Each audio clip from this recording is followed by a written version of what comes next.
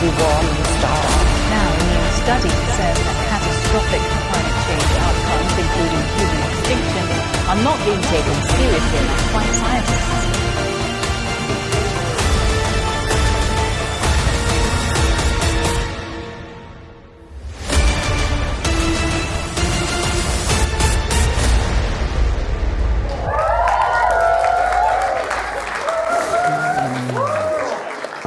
Oh my goodness.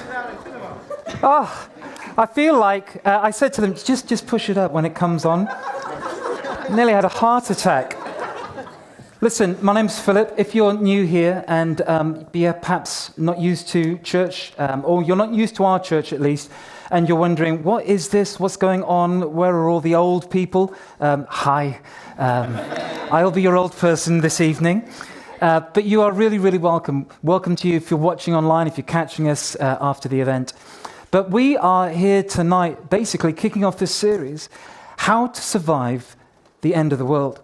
Now, point of clarification here. This is not going to be about the apocalypse and the end of days and blood pouring from the skies. This is just living in today's world. This is how to survive the end of the world as we know it. Because it feels like the world that we grew up in, the world that we knew, even just a year or 2 or 3 ago, just feels like it's slipping away. We are living in such difficult, challenging times. Now, I've got to tell you, ahead of time, I've been told that I have to give these kind of warnings. This message comes with a trigger warning, okay? It comes with a trigger warning because we're going to be talking about difficult things. We're going to be talking about challenge. We're going to be talking about pressure, about all the kind of anxiety-inducing things that are going on around us. So there's a trigger warning. Here's your trigger warning for this message. But honestly, I feel like the whole of 2022 should come with a trigger warning. The whole of our world right now should come with a trigger warning because we're seeing things that we have never expected to see. We've got global climate crisis. And it's so weird because no one's at the moment really talking that much about the global climate crisis. Why? Because we've got the threat of nuclear weapons. We've literally got world leaders who have the finger hovering over a button that can unleash untold, unimaginable destruction on our planet saying, I'm not bluffing. And we think, what happened to our world? What is going on? It's the end of the world as we know it. We've had a pandemic which most of us didn't think we'd see anything like that in our lifetime. We've grown up in a world that has kind of solved all the problems and got most of these kind of things under control.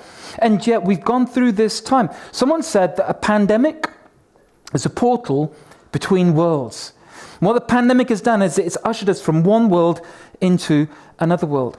And just when you're thinking, the pandemic is kind of over now, we're done, we're back to normal, we're living with it, it's okay. It wasn't so bad, get to work at home in my pajamas, it's okay, we got through. And yet suddenly we're going from pandemic into all these other crises. 100 years ago, they had the Great War, the First World War. And out of that great catastrophe, they went into actually the Spanish flu, which was again a global pandemic. And then it was the roaring 20s, the light at the end of the tunnel, and jazz and parties and just excitement and excess and hedonism, materialism. We feel like we've gone the opposite way. We've gone from affluence and materialism and hedonism and party and enjoy into a pandemic. And yet, from the other side of the pandemic, we've come into war in Europe, stuff we thought that we would never see. And the question is, where is it going to go? Is it going to accelerate? And maybe we find ourselves in our own Great Depression. We've got an economic crisis, a cost of living crisis, the possibility of blackouts and electricity shortages over these next few months. We don't know where it's going to be. It's one thing to be Generation Rent, but who wants to be generation homeless? It just feels like this whole thing is getting out of control. It's like the end of the world. And how do you survive the end of the world? How do you survive a time that is so challenging, where there's crises all around us? There's so much happening all around us. Now, I don't know, there's many of you here, and I guess we've got a whole bunch of new student intake. If you're new to Bristol as a student, give me a whoop and a cheer. All right, okay. They're like, I'm not cheering him. I'm evaluating him. I'm going to find out who this guy is. I'm going to hold my whoop, and I'm going to reserve my cheer, and I'm going to see where this whole thing goes. I'll tell you where it goes. It goes into a kind of invitation that we have as Christians to look at what Jesus says. And if you're not sure about church, or if you're kind of on the edge of church, or you're finding your way back into church, or you're brand new to church, then you might have actually come here a little bit more open than you would have been normally, because you think that there's worse things that I could do right now than to get a little bit of spiritual input into my life, because it looks like the world is a very scary, shaky, unstable place. And so I'm here to give you the words of Jesus. Now, Susanna has just had this thing. We want to present Jesus. That's what we're all about. We're all about Jesus. Forget everything else. We're all about Jesus.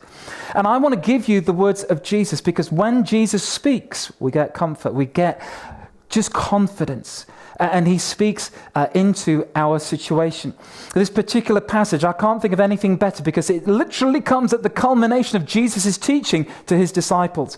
You look in the book of John. John was kind of the most, I guess he was the most insider of the insiders. He was so close. He was in the inner circle of Jesus. He saw him, he watched him. He was intimately acquainted with everything about Jesus. And he records in his record, he says that Jesus spends time, he brings his disciples, the last days, he brings his disciples into an upper room. They have the Last Supper.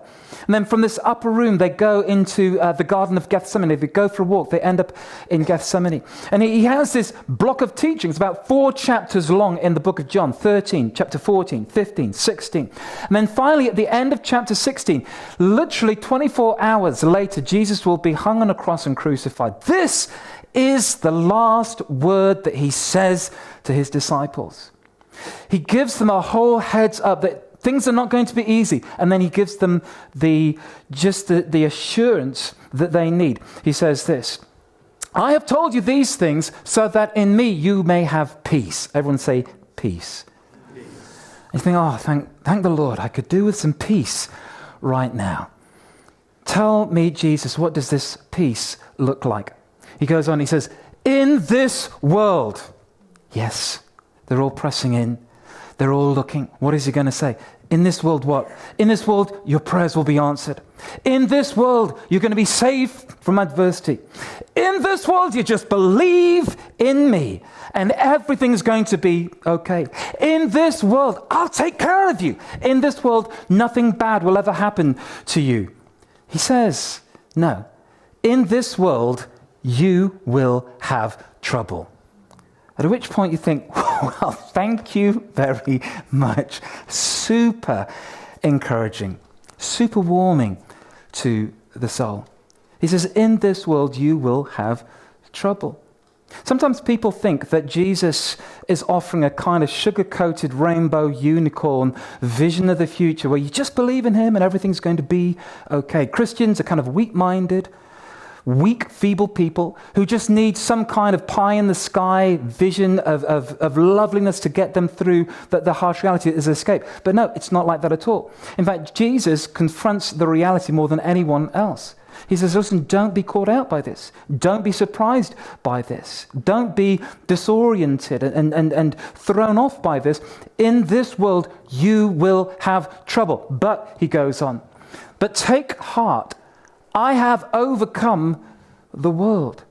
Take heart, have courage, be strong. I've overcome the world. This idea that in this world you will have trouble, that Jesus says, and it's literally the last thing that he says to his disciples, that the last kind of comforting word that he leaves them with before he's arrested and put before a kangaroo court and then crucified. But he says, you will have trouble. And actually, that kind of flies against the message that we've been given most of our lives. It goes against the message that society usually pushes forward. The message that you get from society, the message that I've had and that you've had beamed into us from the day that we were born is, things are going to get better. We're going to be okay. We're going to thrive, and we're going to get our best selves and our best world, and we're going to just move forward, and technology is going to get better, and our lives are going to get easier, and we're going to be more prosperous, and the world's going to be an easier place, and we're all going to be drinking Starbucks. It's all going to be good. And that flies in the face of what Jesus says, in this world you will have trouble. Now, I'm not going to do the whole thing of who's a fresher here, because that just fell flat. But when I see you freshers, and I know that you're here, even though you do not whoop or cheer, when I see you, it reminds me when I first came to Bristol. I came to Bristol University as a fresher back in the 80s. And I was, yeah, it's true, I was a child genius. But I came doing mechanical engineering, and I can remember my first day, my first lecture, applied mechanics. I'm in a lecture theatre full of students, 200 of us, Queen's Building. And there's a guy at the front. Now, you know that it's the 80s because he's actually writing on a blackboard. Blackboard. A blackboard was a kind of means of technology that they had in my day, where you would, it was like, stop it. You had this blackboard, literally blackboard, and you'd have a piece of chalk and you'd write on it. And Mr. Bones was the guy. He was head of applied, seriously, he was called Mr. Bones, Jack Bones. Wiry, white hair frantically around his hair, just a crazy guy. And he was pumping these little equations and points onto the board with manic energy.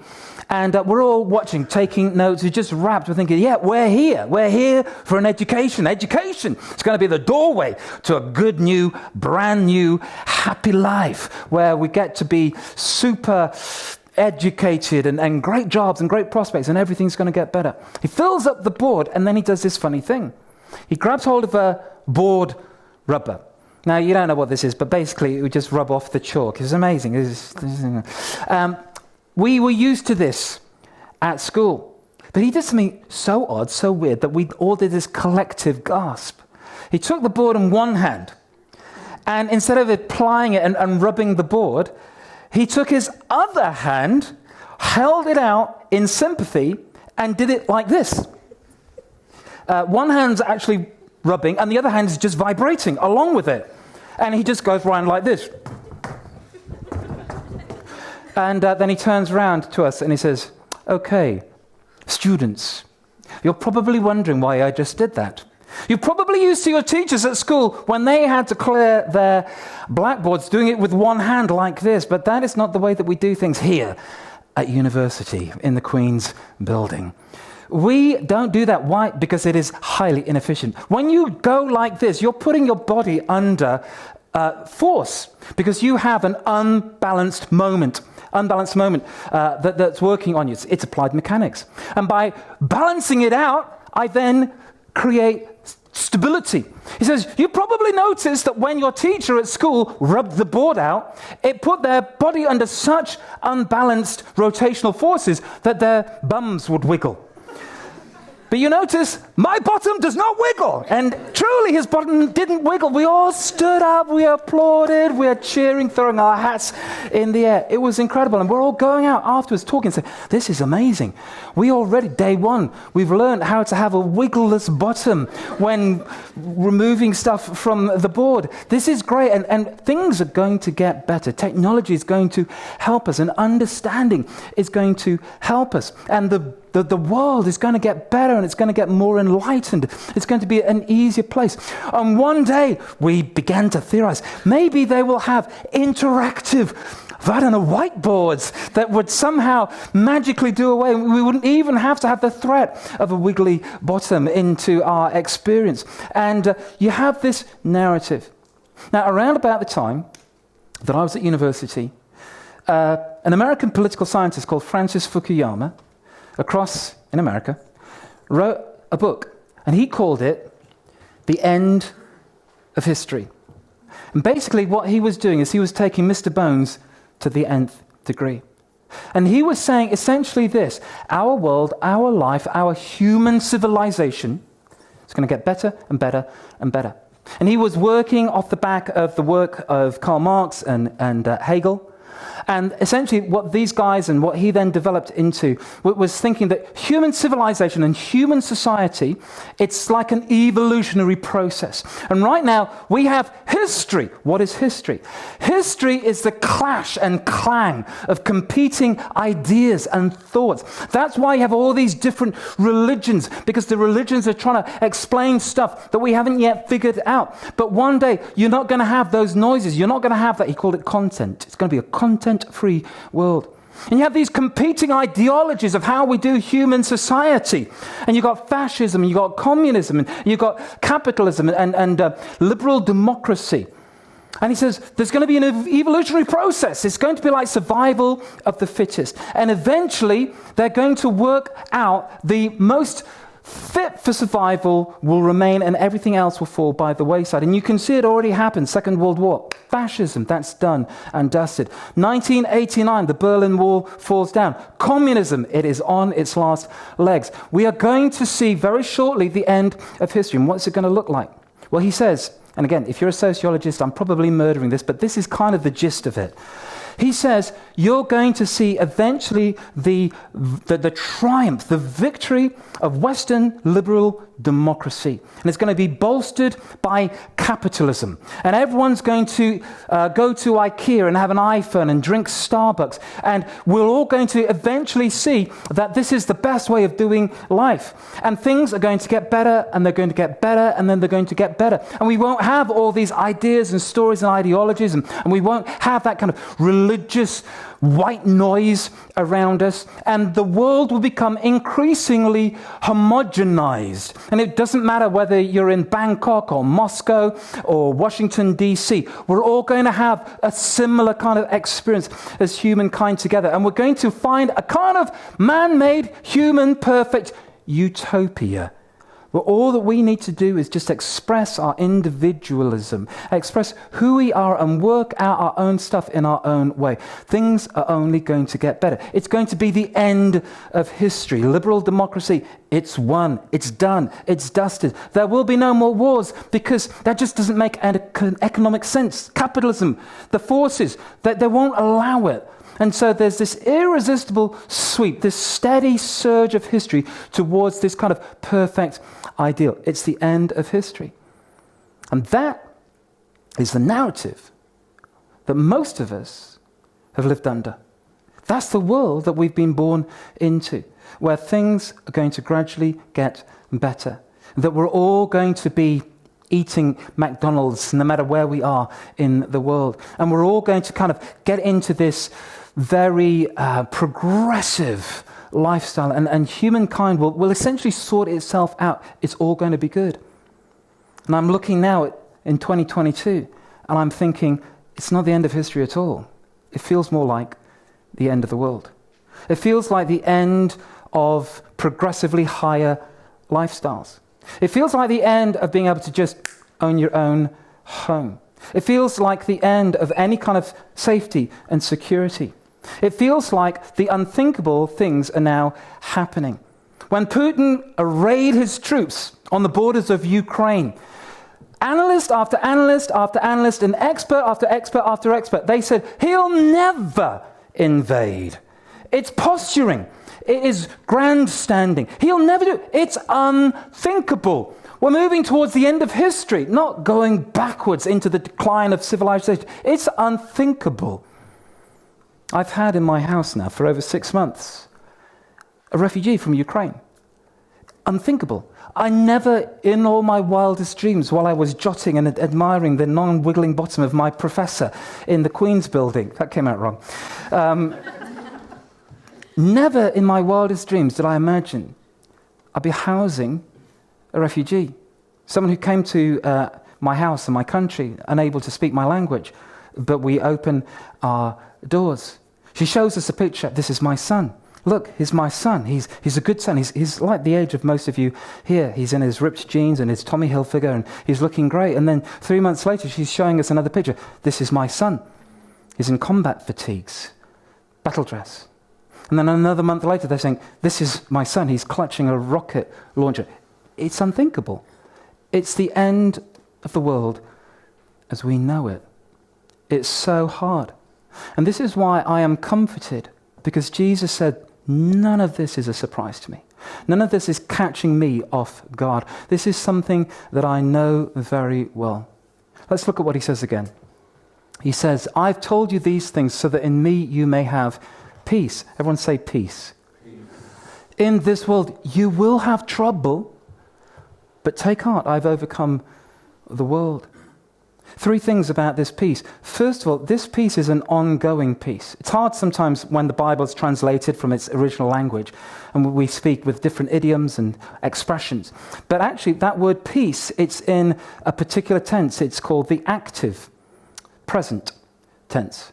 It's a tense that literally means you will go on having peace. You will continually have peace. We're not talking about a one-time deal. We're not talking about a little pat on the head, now I feel better for 5 minutes. We're talking about somehow a kind of self-perpetuating, self-powered peace, an active peace that is an ongoing presence and reality in our lives. It's ongoing.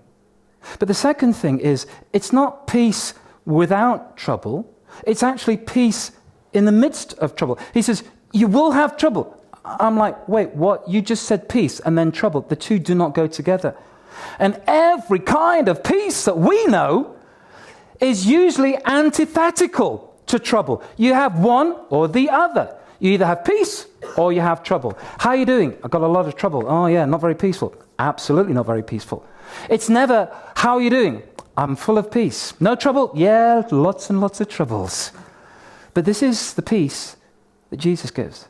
It's not a peace because of my circumstance. It's a peace despite my circumstance. The peace that Jesus gives, and you need to hear this really, really clearly if you're not used to faith and you're just kind of looking in, or you just thought, I'll give the church thing a go, just this once. The peace that Jesus gives isn't a kind of wishy-washy, plastic, cardboard cutout, mealy-mouthed peace. It's a gutsy, energetic, resilient peace. And it's a peace that is immune to circumstance. It's a peace that is impervious to trouble. It's a peace that actually thrives within trouble. And then the third thing about it, so the first thing is it's ongoing. You will have and keep on having peace. You will have peace, number two, in the midst of trouble. But then three, he says, take heart. Take heart. Take heart. Literally means have courage pumped into you. I have overcome the world. Question at the back. You say you've overcome the world. You're about to be crucified. Shouldn't you actually declare overcoming the world once you've risen from the dead? Jesus says, I don't need to, because I know all things and I have all things, and it's a done deal. So even before Jesus is crucified, rises from the dead, he's like, yep, it's done. I've overcome the world. It's finished. Finita bonita. Thanks for playing. I have overcome the world. But he says, have courage. Take heart. You can do this really, really interesting study if you look through the Bible. You can actually look for all the times that Jesus says to people, take heart. It's like one of his favorite expressions. It's almost always exclusively used by Jesus. Take heart. So the woman that comes who is bleeding internally for 12 years, social outcast, absolute life is a nightmare. He says, take heart, daughter. I see you, I heal you. Man lowered down through a hole dug in the ceiling, a paralyzed man. He says, it's okay, take heart. Your sins are forgiven. To which the man says, thank you. And the whole paralyzed, yeah, I got that too. The disciples in the boat on a stormy night, frightened for their lives, they see this ghostly figure walking on the waves towards them. They are scrambling, trying to get out of the boat as he tries to move towards them. And he says, take heart. It's me. It's me. This is an active peace. It's not some kind of passive thing that you just let dribble over you like warm custard. It's an active peace that I don't know, they sometimes come out like that. It's an active peace that you press in towards. It's a peace that takes courage. Anyone tell you that Christianity is a crutch for weak people? You can say, yeah, maybe sometimes. And who doesn't feel weak right now? It's okay to have a crutch if you break your leg. I mean, it's perfectly reasonable. But it's actually more than that. It's a courageous faith. It's not a faith that just turns its face away from difficulty, that tries to lose itself in just distraction and entertainment and medication and whatever it may be.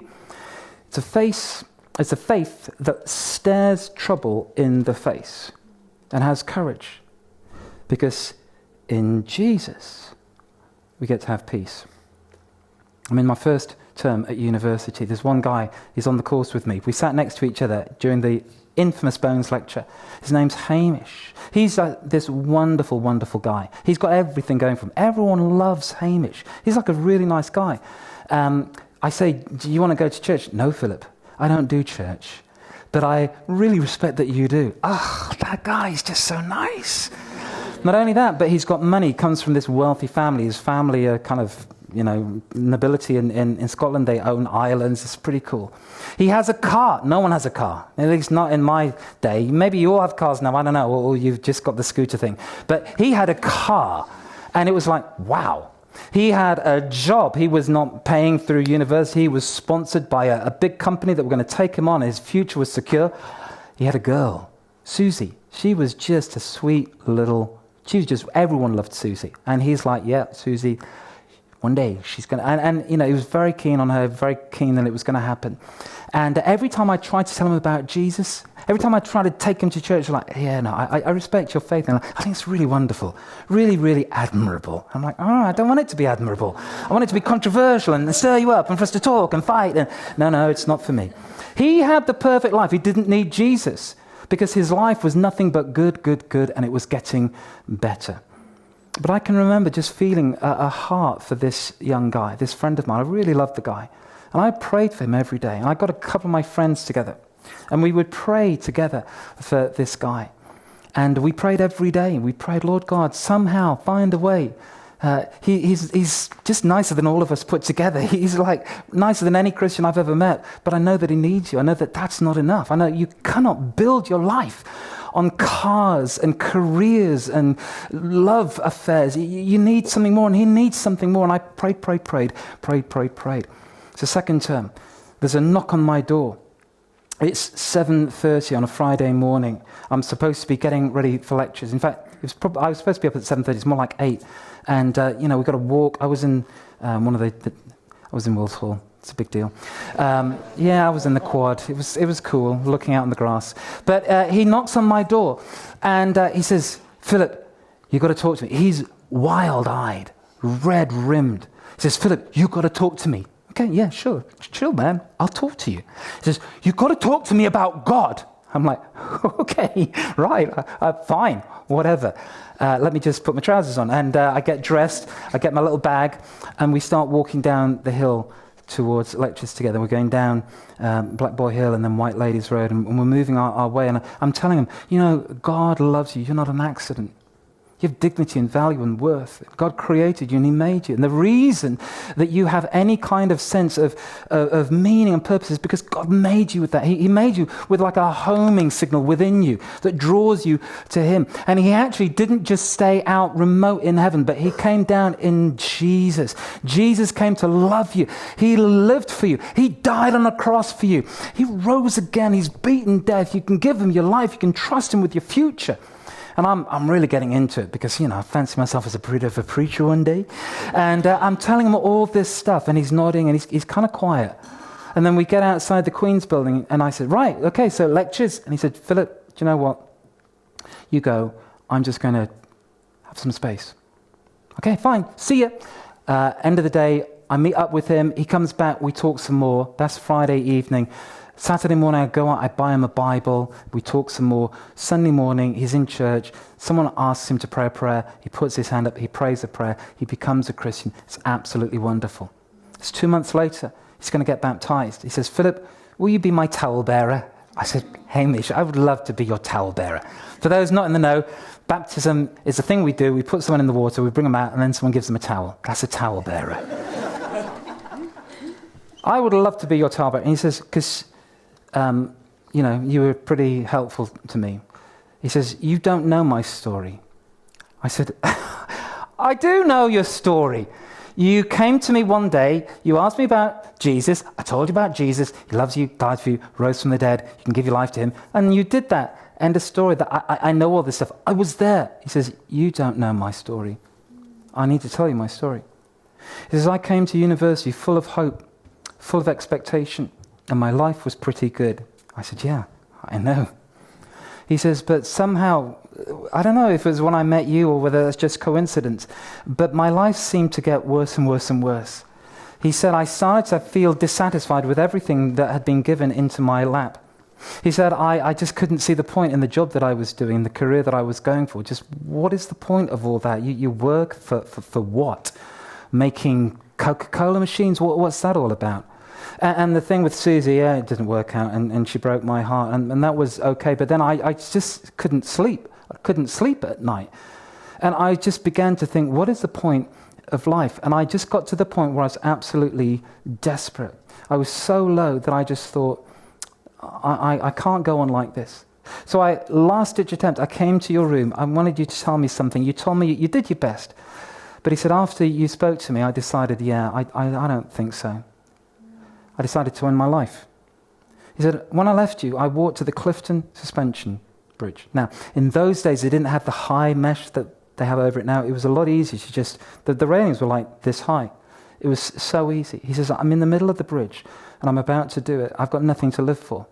And a voice comes into my head, and he says, try Jesus. And if Jesus doesn't work, the bridge will still be here. And so that's when I came. And I wasn't quite as enthusiastic as you thought that I was, but I was just giving it a shot. But he says, my life is so transformed since I gave it to Jesus. In him I have found peace. In him I now sleep, even though, sure, I still have a heartbreak, and sure, I still have uncertainty about my future, but something profoundly different has happened, and I know that I can deal with everything that life throws my way, because in him I have peace. And I was there when he was baptized. And I was there when he married a woman, and together they went off onto the mission field and became missionaries in an Arabic-speaking nation in the East. I was there when his wife got her cancer diagnosis. I was there by the graveyard while we threw in pieces of soil. His life has not been easy. In this world, you will have trouble. But he's known Jesus. And it makes all the difference. Jesus makes all the difference. He says, I'm telling you this stuff right from the start to let you know that in me you will have peace. You're going to have trouble, but in me you can have peace, an active, ongoing peace. A peace despite your circumstance. And a peace that actually is active. It requires courage, and you've got to be courageous. But I won't let you down, and I will be with you. If we ever needed peace, we need it right now. Now, this is the beginning of a series, and in the next few episodes, we're going to look at how we develop that peace. We're going to look at how we have a sense of a bigger story to live for. We're going to look at how we actually develop a deep life that has rootedness about it. We're going to look at how to have firm foundations in our world. And then we're going to look at how this has been put into practice in history. But right now, today, there's nothing better that I can do for you than to offer you the same thing that Hamish himself found, which is to trust your life to Jesus, to find peace within him. We have challenges, and I don't want to be melodramatic about that, but I don't want to minimize it either. All of us right now, we stand on the precipice of something that the world has never quite experienced before, or maybe something that the world has experienced over and over and over again. We're not the first people to live through the end of the world. But how are you going to get through it? I mean, how are you going to survive this stuff? How are you going to find something to base your life and build your life on? Because it's not just going to be through live, drink, and be merry. Eat, drink, and be merry. It's not going to be found in living for the weekend and then just doing your best. It's going to be found. The people that will survive, the ones that will hold firm within this gale, are the ones that have found something greater than themselves. The psalmist said, "Lead me to the rock that is higher than I." And that's what Jesus says. In me you can have peace, because I've overcome the world. No problem that I have not categorically, clinically, undisputably overcome. I've overcome sickness. I've overcome cancer. I've overcome homelessness, poverty. I've overcome bereavement. I've overcome depression. I've overcome anxiety. I've overcome everything that can come against you. And I'm inviting you now to come into relationship with me and to put your trust in me, to actively have courage and faith in me, and I'll give you peace. We're going to pray right now, and then the band is going to come. But this is a prayer particularly for those of you that think, actually, I'm not as close to Jesus as I think I should be. For some of you, this might literally be the first time you've ever consciously asked Jesus to come into your life and to give your life over to him. For others of you, it might be an act of rededication, because you think about your life and you think, yeah, I've let things slide. My Christian faith is dry and it's lifeless. And actually, I need a fresh start. I need a new beginning. And so I'm going to give you a prayer, a little bit like the prayer that I prayed with my friend Hamish, and a prayer that I've prayed with literally thousands of people, a prayer that I prayed with just a group of people yesterday and saw lives transformed. And I'm going to invite you to pray this prayer with me, whether that's in the room or online. But it's a simple ABC prayer. A, you admit that you need Jesus. We admit that we've all messed up, we've all lost our way to one degree or another. B, you believe that God loves you. That's it. You just believe that he loves you, that he loves you, he made you, he came down to live, die, and rise again from the dead. And C, you commit your life to him. It takes courage, but Jesus says, have courage. He's overcome the world. There's no better place that you can be than in the arms of Jesus. So I'll do the prayer, and don't worry, I'm not going to make you pray this out loud, but what I will do is I'll pray it nice and slow so you can hear it, internalize it, make it your own. And then when we've prayed that prayer, I'm just going to pray for you that God will meet you where you are. And I've seen so many people impact, their lives turned around in this way as they've trusted their lives to Jesus. So let's bow our heads and let's close our eyes.